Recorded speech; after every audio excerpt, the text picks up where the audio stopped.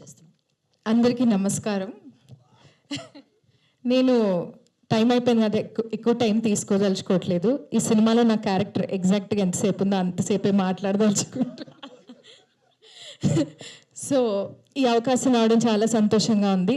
నా చిన్నప్పటి నుంచి అని చెప్తే ఇంద్రగంటి గారు హర్ట్ అవుతారు కాబట్టి ఎప్పటి నుంచో అష్టాచెమ్మ సినిమాను చూసిన దగ్గర నుంచి నేను ఎగ్జాక్ట్గా ఆవిడ చెప్పినట్టు ఎందుకు సినిమాల్లో లేను అని నేను ఫీల్ అయిన రోజులు ఉన్నాయి. ఆ మెత్తటి వెచ్చటి పింక్ టవల్ ఆ డైలాగ్ని గుర్తు చేసుకొని రోజు లేదు. సో అలాంటి legendary people are sitting in the front row and sharing the screen with them. And ఒక సింగర్గా నేను నా కెరియర్ స్టార్ట్ చేసి first time as an actress నాకు ఇంత మంచి అవకాశం రావడం, అందులోనూ మీలాంటి లెజెండరీ డైరెక్టర్ గారి చేతిలో పడడం చాలా సంతోషంగా ఉంది.